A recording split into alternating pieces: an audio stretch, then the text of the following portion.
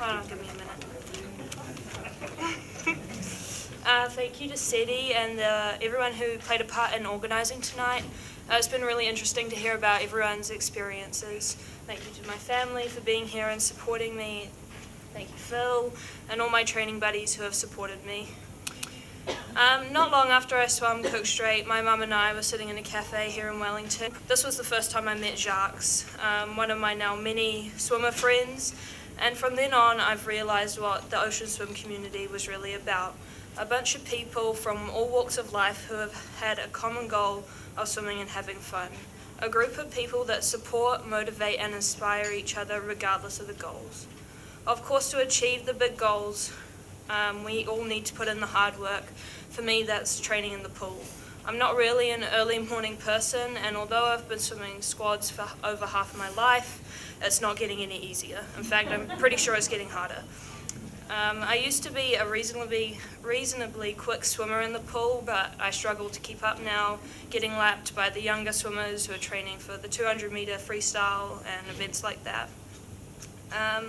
What gets me through my pool training and hard times is knowing that I have people behind me backing me and that I can go to these people and just have a fun swim with them.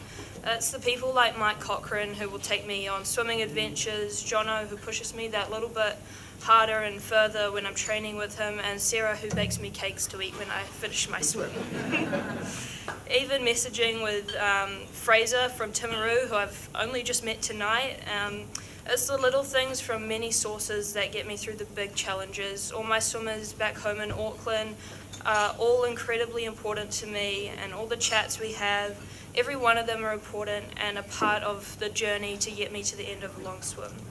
It's about having the right team with us, because these ultra swims are a team effort, not just on the day, but every step of the way leading up to it. Without the support from people around me, I would not be able to have done what I've done, so thank you all.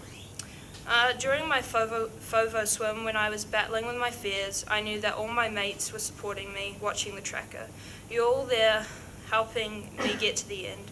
Marathon swimming has taught me so much about myself and the world of swimming, and I know I want to continue to swim and hopefully take my swimming worldwide. I hope I can give back to the ocean swimming community in the future what it has given to me.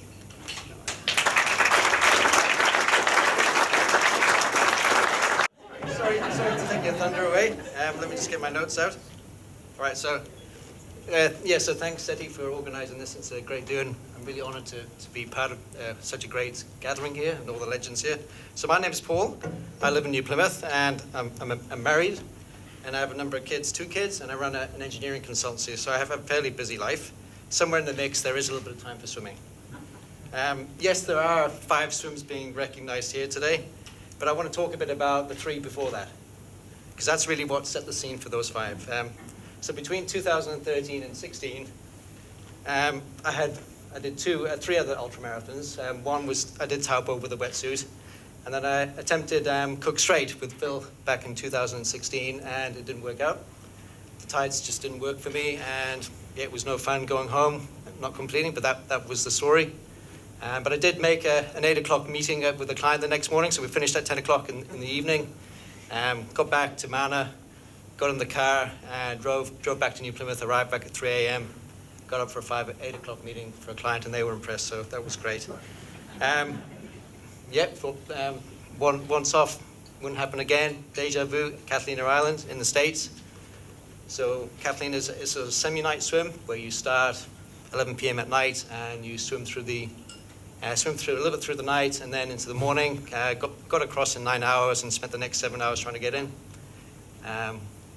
Didn't make it again, unfortunately. But the next next 4 years, 2017 to 2021. So for tonight, I went and became a citizen of Savai'i. I've got that certificate sitting on my desk for the last 4 years. It's great. After that was Cook Strait again, Kiwi Channel, which is probably the more memorable one and the biggest test, in Lake Taupo this year. So just a few notes around Kiwi Channel. So Kiwi Channel is a 45k swim. It's the longest of the Ocean 7.